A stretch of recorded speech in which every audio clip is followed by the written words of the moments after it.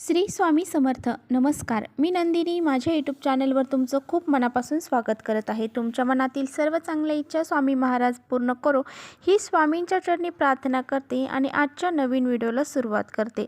तर पहा, 20 फेब्रुवारीला वार आहे मंगळवार आणि या दिवशी आलेली आहे जया एकादशी. आणि पहा, एकादशीचं जेव्हा आपण व्रत करतो आपल्या जीवनातील सर्व पापांचा नाश होत असतो आणि त्याचबरोबर आपल्या घरामध्ये कधीही कोणत्या गोष्टींची कमतरता पडत नाही.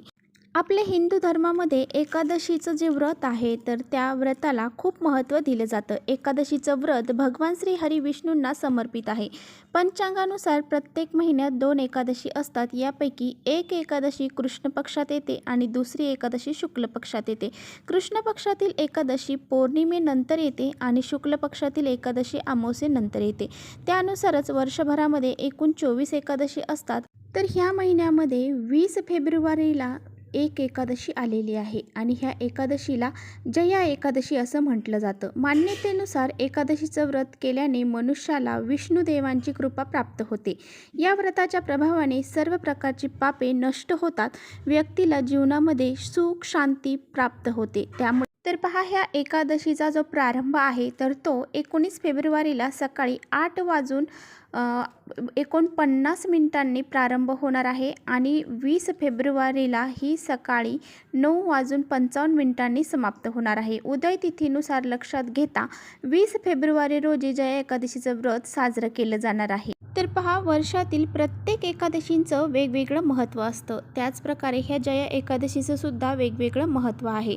तर ही जया एकादशी जी आहे त्याचं व्रत जर आपण व्यक्तींनी केले तर सर्व पापे नष्ट होतात, भूत आणि भीतीपासून मुक्ती मिळते, तसेच जीवनातील सर्व प्रकारच्या समस्या दूर होत असतात आणि व्यक्ती सुखी होतो.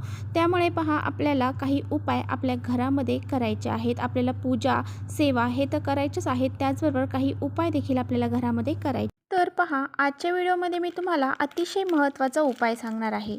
तर एकादशीच्या दिवशी आपल्याला अशा ठिकाणी अशी एक सुपारी जी आहे तर ती अर्पण करायची आहे, ज्यामुळे पहा आपल्या 7 पिढ्यांचे जे दारिद्र्य आहे ते नष्ट होऊन जाईल. त्याचबरोबर आपल्या मुलांची, घराची, पतीची खूप सारी प्रगती होईल. असा हा अत्यंत प्रभावशाली उपाय आपल्याला आवर्जून करायचा आहे. तो कसं करायचा आहे याबद्दलच आजच्या व्हिडिओमध्ये आपण जाणून घेणार आहोत. त्यामुळे व्हिडिओ कुठेही स्किप न करता शेवटपर्यंत नक्की बघा, जेणेकरून तुमच्यापर्यंत योग्य ती माहिती पोहोचेल. आणि आपल्या चॅनलवर जर तुम्ही नवीन असाल तर चॅनलला सबस्क्राईब करा आणि असेच माहितीपूर्ण व्हिडिओ पाहण्यासाठी बेल आयकॉनलाही प्रेस करा, म्हणजे मी जेव्हा नवीन व्हिडिओ अपलोड करेन त्याचं नोटिफिकेशन सर्वात अगोदर तुम्हाला मिळेल आणि तुम्ही एकही व्हिडिओ मिस करणार नाही. तर बघा, हा जो उपाय आहे तर तो आपल्याला का करायचा आहे? आपल्या घरामध्ये सुख शांती समृद्धी ऐश्वर्य टिकून राहील. त्याचबरोबर आपल्या घरामध्ये काही दोष अडचणी संकट असतील ते दूर होऊन जातील.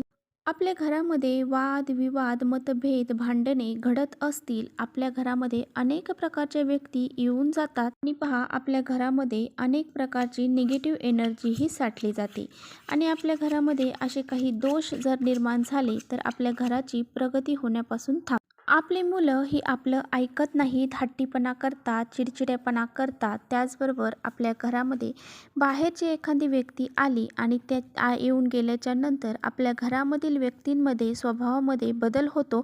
ती व्यक्ती एकदम चिडचिडेपणा करायला लागते किंवा मुलांमध्ये चिडचिडेपणा वाढतो. तर पहा, जेव्हा आपल्या घरामध्ये एखादी व्यक्ती येते आणि तिच्या मनामध्ये जर आपल्या घराबद्दल आपल्याबद्दल काही वाईट विचार असतील, नकारात्मकता असेल, तर यामुळेच आपल्या घरामध्ये दोष हे निर्माण होतात आणि असे काही वातावरण आपल्या घरामध्ये निर्माण होते, ज्यामुळे आपल्या घरामध्ये वादविवाद होणं, माणसांचे स्वभाव बदल होणं हे घडलं जातं. त्यामुळेच पहा, आपल्याला असा हा एक छोटासा उपाय करायचा आहे, ज्यामुळे आपल्या घराची, मुलांची, पतीची खूप सारी प्रगती होईल आणि आपल्या घरामध्ये काही नकारात्मकता असेल, काही दोष असतील, अडचणी असतील, त्यासुद्धा दूर होऊन जातील.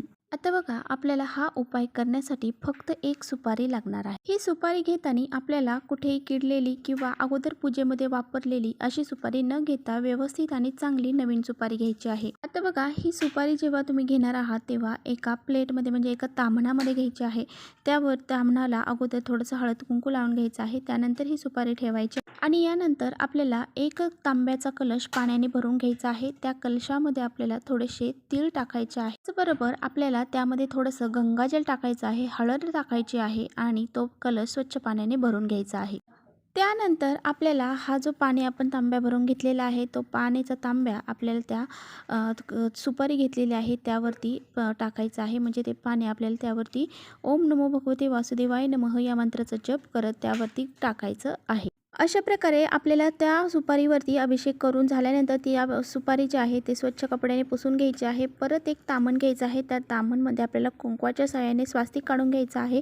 त्या स्वास्तिकला 4 आपले बिंदू द्यायचे आहेत. साईडने 2 रेषा साईडच्या ज्या मर्यादा आहेत त्या द्यायच्या आहेत आणि त्यानंतर ही सुपारी आपल्याला त्यावरती ठेवायची आहे. आता बघा, जर तुमच्याकडे विड्याचं पान असेल तर तुम्ही त्या स्वास्तिकवरती थोडंसं हळदी कुंकू अक्षता व्हायचं आहे आणि ते विड्याचं पान ठेवायचं आहे. त्यावरती 1 रुपयाचं नाणं ठेवायचं आणि ही सुपारी आपल्याला त्यावरती ठेवायची आहे. त्या सुपारीवरती सुद्धा आपल्याला हळद कुंकू अक्षता वाहून घ्यायच्या. आणि जर आपल्याकडे विड्याचं पान नसेल तर काही हरकत नाही, तुम्ही डायरेक्ट सुद्धा 1 रुपयाचं नाणं ठेवून त्यावरती ही सुपारी ठेवू शकता. आणि त्यानंतर आपल्याला लाल फुलं किंवा पिवळी फुलं असतील आपल्याकडे, ती त्या सुपारीवरती अर्पण करायची आहेत. आणि यानंतर आपल्याला विष्णू सहस्त्रनाम जे आहे, यानंतर विष्णू सहस्त्रनामावलीचं पठण करायचं आहे. तर हे करत असताना जर तुम्हाला वाचता येत नसेल तर तुम्ही श्रवण केलं तरी चालेल. यूट्यूबला लावून द्या, श्रवण केलं तरी चालेल. आणि त्याचबरोबर ओम नमो भगवते वासुदेवाय नमः या मंत्राचा आपल्याला 108 वेळा जप देखील करायचा आहे. अशा प्रकारे आपल्याला त्या सुपारीवरती ह्या सेवा करायच्या आहेत. ह्या सेवा करून झाल्याच्या नंतर ही सुपारी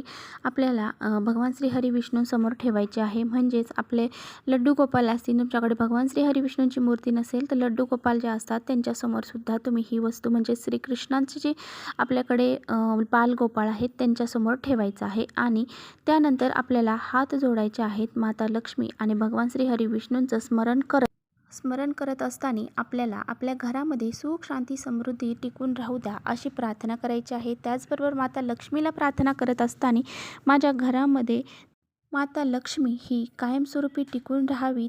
त्याचबरोबर जर आपल्या घराची प्रगती होत नसेल, मुलांची प्रगती होत नसेल, पतीची प्रगती होत नसेल तर त्यांची प्रगती होऊ दे अशी प्रार्थना आपल्याला करायची आहे. ज्या बी तुमच्या समस्या असतील त्या तुम्हाला तिथे व्यक्त करायच्या. तर पहा, आपल्याला ती सुपारी जी आहे तर ती पूर्ण दिवसभर पूर्ण रात्रभर तिथेच राहून द्यायची आहे. आणि दुसऱ्या दिवशी आपल्याला काय करायचं आहे, जर आपल्याकडे लाल कपडा असेल तर लाल कपडा घ्या, पिवळा कपडा असेल तर पिवळा कपडा घ्या. एक लाल किंवा पिवळा कपडा घ्यायचा आहे. त्यामध्ये ही सुपारी आपल्याला बांधायची आहे. आणि त्यानंतर बघा, त्यामध्ये थोडेसे काळे तीळसुद्धा आपल्याला टाकायचे आहेत. जर आपल्याकडे लाल कपडा असेल तर लाल कपडा घ्या, पिवळा कपडा असेल तर पिवळा कपडा घ्या. एक लाल किंवा पिवळा कपडा घ्यायचा आहे. त्यामध्ये ही सुपारी आपल्याला बांधायची आहे.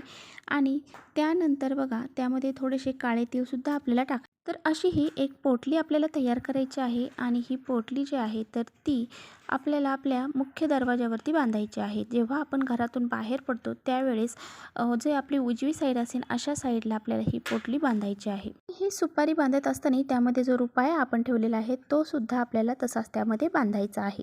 आणि पहा, ज्यावेळेस आपण अशी ही पोटली आपल्या मुख्य दरवाजामध्ये बांधतो त्यावेळेस आपल्या घरामध्ये जर एखादी अशी वाईट व्यक्ती आली, तिच्या मनामध्ये जरी आपल्या काही बद्दल विचार असतील, घाण विचार असतील किंवा काही निगेटिव्ह एनर्जी तिच्यामध्ये असेल तर ती सुद्धा आपल्या घरामध्ये जे तिचे प्रभाव आहेत तर ते पडत नाही आणि आपल्या घरातील व्यक्तींचे चिडचिडेपणासुद्धा होत नाही. त्यामुळे आपल्याला असा हा एक उपाय आपल्याला आवर्जून करायचा आहे.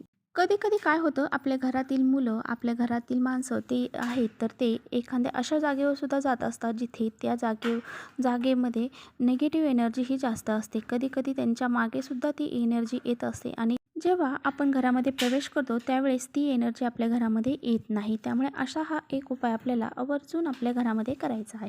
आणि ह्या आपल्याबरोबर ज्या येणाऱ्या निगेटिव्ह एनर्जी आहेत त्या घरामध्ये प्रवेश न केल्यामुळे आपल्या घरामध्ये कोणत्याही प्रकारचे नुकसान हे होणार नाही. त्यामुळे असा हा उपाय आपल्याला करायचा आहे. तर चला, इथेच करते व्हिडिओचा एंड. व्हिडिओ आवडला असेल तर नक्की लाईक करा. चॅनलवर नवीन असाल तर चॅनलला सबस्क्राईब करा. परत भेटूया अशा छानशा व्हिडिओसोबत. तोपर्यंत श्री स्वामी समर्थ.